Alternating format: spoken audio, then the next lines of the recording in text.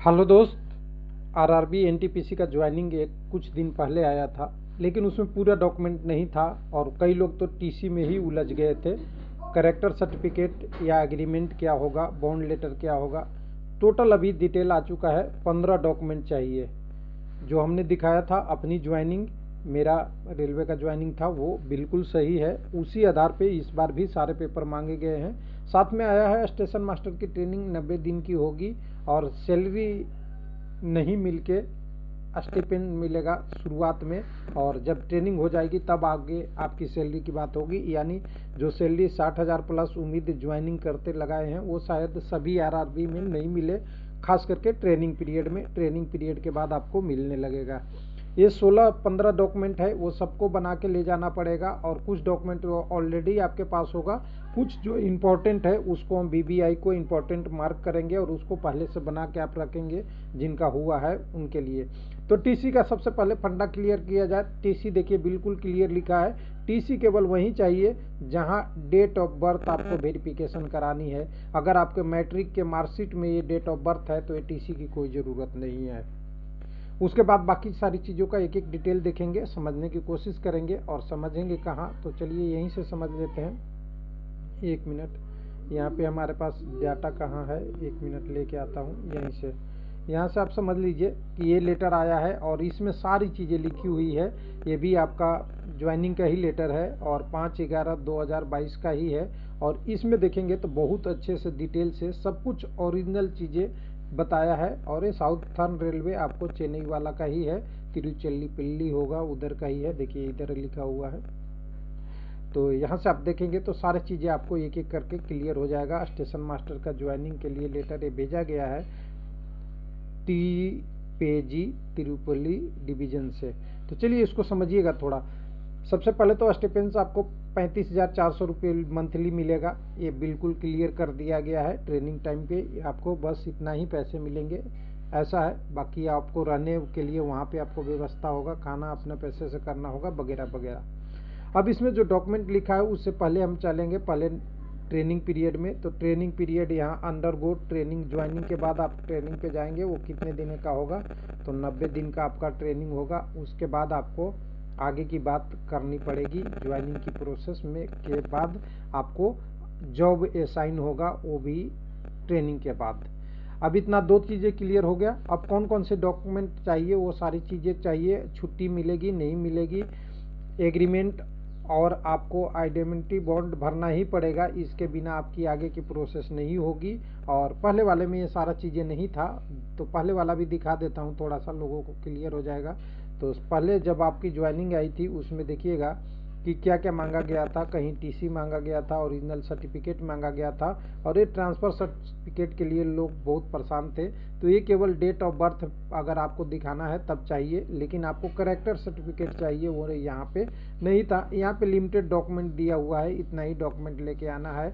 और attestation form भी हमने भर के दे दिया था आपको कि इस तरह से भरना है डिटेल में। ये टेलीग्राम चैनल पे मेरे मिल जाएगा ये फॉर्मेट पूरी तरह से, और www.railwaylifelp.com पे भी मिल जाएगा आपको ये डॉक्यूमेंट, मतलब वेबसाइट पे भी मिल जाएगा। तो ये सारी चीज़ें को आप करना होता है। तो इसमें पूरी डॉक्यूमेंट नहीं थी, उस डॉक्यूमेंट को हमने दिखाने के लिए आपको अपने सहारा लिया था। 2004 की ज्वाइनिंग, तो ये मेरा भुवनेश्वर का टेक्नीशियन की ज्वाइनिंग थी 2004 के लिए। उस ज्वाइनिंग में हमने देखा था सारी चीज़ें कि क्या रैंक क्या था। ये तो ऑफ़र लेटर है, ऑफ़र लेटर में आपको गार्डन रीच कोलकाता से मेरा कोलकाता और आरआरबी भुवनेश्वर वाला से सिलेक्शन हुआ था।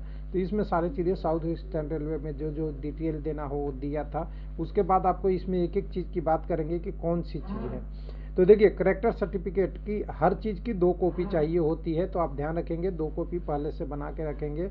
सारी चीज़ें को डिटेल करके रखेंगे 2-2 कॉपी, और वो सारा चीज़ें 2 कॉपी लिखा हुआ होगा।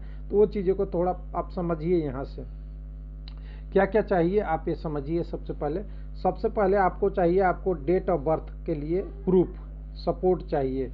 ये किस में रूप में आप दे सकते हैं, तो डेट ऑफ बर्थ सर्टिफिकेट भी दे सकते हैं, मैट्रिक का आप मार्कशीट में भी दे सकते हैं, और ट्रांसफ़र सर्टिफिकेट इसी में टीसी में आपका डेट ऑफ बर्थ रहता है, इसलिए मांगा गया है टीसी। तो कुछ लोग अगर है टीसी कैरेक्टर के जगह पे है, तो देखिए कैरेक्टर का जगह कोई नहीं ले सकता, टीसी दोनों अलग चीज़ है। उसके बाद ओरिजिनल सपोर्ट फॉर आपकी क्वालिफिकेशन का है, वो दिखाना ही पड़ेगा, ये सब आपके पास है। तो स्टेशन मास्टर की बात करेंगे तो ओरिजिनल क्या है आपका ग्रेजुएशन का है। उसके बाद अगला अगर बात करेंगे original certificate support technical qualification, तो टेक्निकल तो क्वालिफिकेशन यहाँ पे कोई है नहीं। उसके बाद ओरिजिनल सर्टिफिकेट फॉर कम्युनिटी, अगर कास्ट एसी एसटी ओबीसी से है उसका फॉर्मेट तो चाहिए ही है। ये चौथा डॉक्यूमेंट है, ये चौथा डॉक्यूमेंट भी आपको लेके जाना पड़ेगा।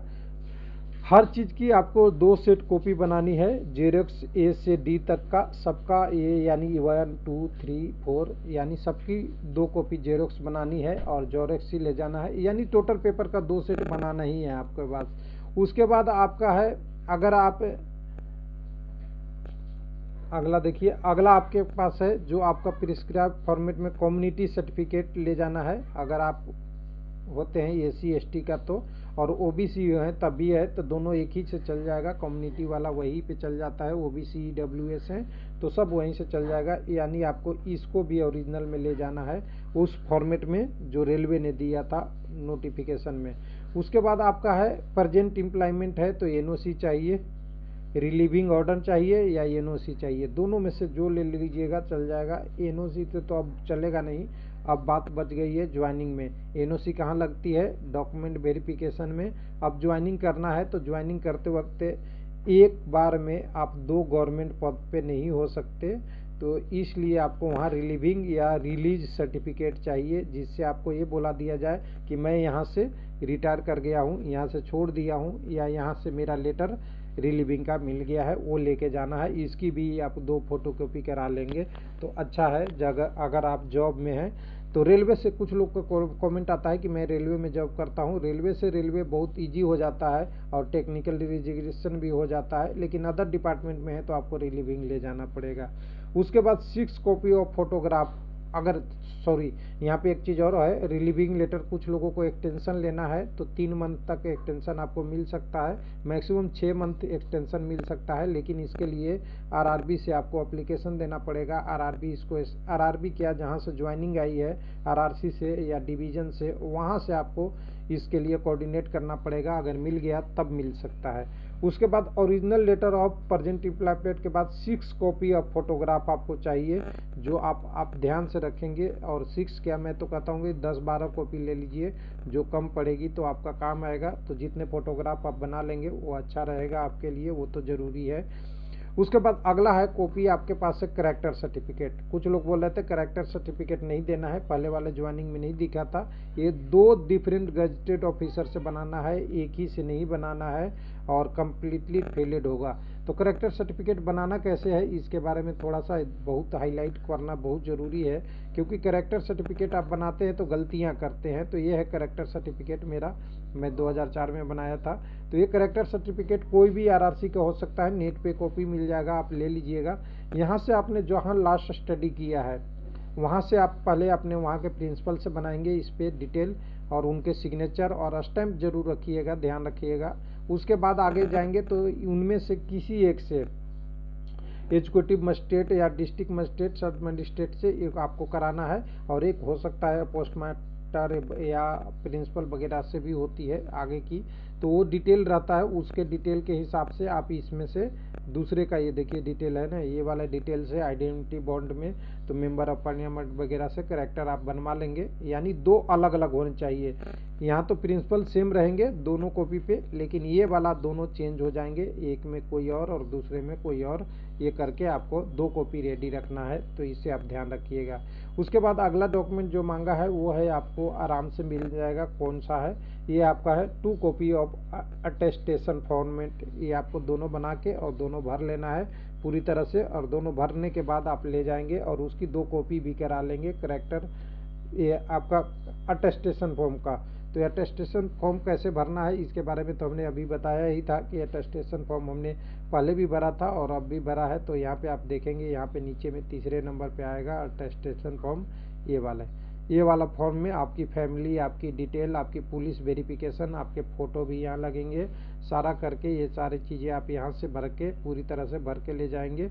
और देखिए भरने के लिए सजेशन दिया हुआ है, ये जैसे भरना है टोटल भर लीजिएगा। यहाँ पे पुलिस वेरिफिकेशन वाला ये डॉक्यूमेंट है, इसमें सब में नो नो करिएगा और उसके बाद आगे वाला यहीं तक रहेगा। तो इसमें आप एक और दूसरा सैंपल मैं दिखा दूं कि इसमें अटेस्टेशन पेपर जो टेलीग्राम में भरा हुआ है, बिल्कुल मैं भर के प्रॉपर आपको दिया हूं। तो यहाँ से आप देख सकते हैं ये है फॉर्मेट अटेस्टेशन फॉर्म न्यूएस्ट वाला। इस तरह से आप भर लेंगे जो आपको सही से, आपको एकदम बिल्कुल आपकी आइडेंटिफिकेशन, आपके फैमिली मेम्बर, आपने कभी जेल में गया है वगैरह वगैरह सब कुछ न करके सारा चीज़ भर के पुलिस वेरिफिकेशन के लिए डिटेल देके आप इसको रेडी कर लेंगे। उसके बाद अगला जो डॉक्यूमेंट ज़रूरत है वो है आपका है, यहाँ पे देखेंगे एग्रीमेंट। एग्रीमेंट बहुत ज़रूरी होता है और बिना एग्रीमेंट के आप आगे नहीं बढ़ सकते किसी भी जॉब में। पहले नहीं लिया जाता था और ये 50 रुपये की स्टैम्प पेपर पे, नॉन जुडिशियल स्टैम्प पेपर पे लगेगी, यानी प्लेन पेपर पे नहीं। ये जो आपका ऊपर में पैसे छपे हुए रहते हैं और नीचे में कागज़ होता है उस पे लिख के ये देना पड़ेगा। इसकी फॉर्मेट आपको उस ज्वाइनिंग में आएगा और नहीं आएगा तो आपको समझने के लिए भी थोड़ा सा अपने से बता देता हूँ। ये एग्रीमेंट ऑफ आइडेंटिटी बॉन्ड है, जिसमें बताया जाता है कि आपकी ट्रेनिंग का कितना पीरियड होगा। ट्रेनिंग छोड़ के जाएंगे तो आपको रेलवे जितना खर्च करता है उसके लिए इतने पैसे लगेंगे। और ये टाइम देखिए, कभी 5 ईयर होता है, कभी 3 ईयर होता है। इतने टाइम तक आपको रेलवे में जॉब करना है। आपने ट्रेनिंग कर लिया, अगर नहीं करते हैं तो जितने आप पे खर्च हुआ है उसको 12.5% इंटरेस्ट के साथ पे करना पड़ेगा। ये होता है एग्रीमेंट लेटर। और एग्रीमेंट लेटर के बाद आपके 2 गार्जियन कोई साइन करेंगे, विटनेस, और उसके बाद आप इसको जमा करा के आप आगे बढ़ जाएंगे। अगला डॉक्यूमेंट क्या है? अगला डॉक्यूमेंट आपका है ये जो आपको कहता है डीड ऑफ आइडेंटिटी बॉन्ड। ये भी आपको लगेगा उसी पे 50 रुपये के स्टैंप पे, और ये आपको उसी तरह के जो फॉर्मेट है उसी सेम के सेम एग्रीमेंट लेटर के हिसाब से होगा। लेकिन इसमें आपको ट्रेनिंग पीरियड के कॉस्ट वगैरह के लिए नहीं होगा, एक सिंपल सी आपके आइडेंटिटी बॉन्ड होगा कि आप हम ये भर रहे हैं। उसके बाद आपका ये तो जेन्युइन सी कॉपी है, आपको पैन कार्ड अब लेना पड़ेगा। पैन कार्ड आपका परमानेंट अकाउंट नंबर हमेशा रहना चाहिए जॉब में। ये पैन कार्ड के साथ इसकी 2 कॉपी लेके, जितने भी डॉक्यूमेंट है सबकी 2 कॉपी बनाएं तो आपके लिए बेटर है। 2 कॉपी फोटोकॉपी के साथ आप इसको ले जाएंगे। उस पर सेल्फ अटेस्ट भी करना पड़ेगा। उसके बाद आधार कार्ड की भी 2 कॉपी चाहिए। और जो अंतिम डॉक्यूमेंट है वो एनपीएस और अकाउंट और सैलरी से रिलेटेड है, और इसको तो कोई भूलना नहीं चाहेगा। आपका सेविंग अकाउंट जो होगा उसका स्टेटमेंट के साथ अपना name, account number, address, pin code, IFSC code और कैंसिल चेक के साथ आपको यहाँ पे रिपोर्ट करना है। और आईएफएससी कोड आपको कैंसिल चेक में भी मिल जाएगा। तो ये सारा डिटेल इसलिए चाहिए कि इससे 2 चीज़ यूज होगा। एक आपका सैलरी, इससे अकाउंट जुड़ जाएगा। इसी में आपको जो स्टेपेंस या सैलरी है वो आएगी, शुरुआत में स्टेपेंस बाद में सैलरी वो, और उसके बाद जो आपकी एनपीएस अकाउंट होगा इसी से जुड़ते जाएगा। तो एक एनपीएस का फॉर्मेट इसमें नहीं दिया है, वो ज्वाइनिंग में जाएंगे तो शायद वहीं दिया जाएगा। एनपीएस की फॉर्मेट भी आपको एक दिया जाएगा, ये डिटेल है। उसके बाद अगर आपकी बीच में कोई छुट्टी की ज़रूरत पड़ती है तो छुट्टी वगैरह नहीं मिलेगा, लेकिन जनरली कोई ऐसा कंडीशन है बहुत ज़्यादा सीरियस है तो आपको अलाउ किया जाएगा। लेकिन एक आध दिन की तो छुट्टी कभी मिल जाती है, लेकिन ट्रेनिंग में छुट्टी अलाउ नहीं होता। उसके बाद आपको सारी चीज़ें की फैसिलिटी के लिए आपको निकाला भी जा सकता है। अगर आप गलत बिहेवियर करेंगे ट्रेनिंग के टाइम में, कोई ऐसा मिसकंडक्ट करेंगे, इंडस्टर्बिंग करेंगे, डिसऑबीडियंस होंगे, आपकी कहना नहीं सुनेंगे, कोई भी डिपार्टमेंटल रूल का वायलेशन करेंगे, absent from training without proper railway medical certificate अगर यहाँ होते हैं तभी, अगर मेडिकल के ग्राउंड पे छुट्टी मिल सकता है, CL-EL के बनाव पे नहीं मिलेगा क्योंकि बीमार आदमी पढ़ नहीं सकता। ये सारी चीज़ें हैं। तो ये पूरा डिटेल है और कह सकते हैं कि रेलवे ने अच्छा प्रोसेस जल्दी कर दिया है और ये ज्वाइनिंग आ गई है तो कैंडिडेट के लिए खुशखबरी है। हमने कोशिश इसमें किया है कि सारा चीज़ आपको बता दिया हूँ कि 15 डॉक्यूमेंट ये अगर तैयार कर लिए तो ज्वाइनिंग में कोई दिक्कत नहीं। स्टेशन मास्टर की ट्रेनिंग 90 दिन होगी। सैलरी शुरुआत में 35,000 प्लस कुछ यानी 40,000 के आसपास मिलेगा, वो स्टिपेंस के रूप में। बाद में जब अभी का ये पूरा हो जाएगा तो आपको करीब करीब वही 60,000 प्लस में बेसिक में आपका जाएगा। उसके बाद जो जो डॉक्यूमेंट चाहिए उसकी फ़ोटोकॉपी 2 करा लीजिएगा। और ये सभी की ज़रूरत है, लेवल 5, 6, 4, 2 सबको ज़रूरत पड़ेगी। हाँ, किसी में अभी आरआरबी का डिवीज़न लिखा हुआ रहता है, रेलवे का डिवीज़न लिखा होता है, वो हर डिवीज़न का अलग अलग होगा। हालांकि दूसरे डिवीज़न की फॉर्मेट में बना के उसका नाम चेंज कर लीजिए, कोई दिक्कत नहीं पड़ेगा, वो चल जाता है। थैंक यू, धन्यवाद।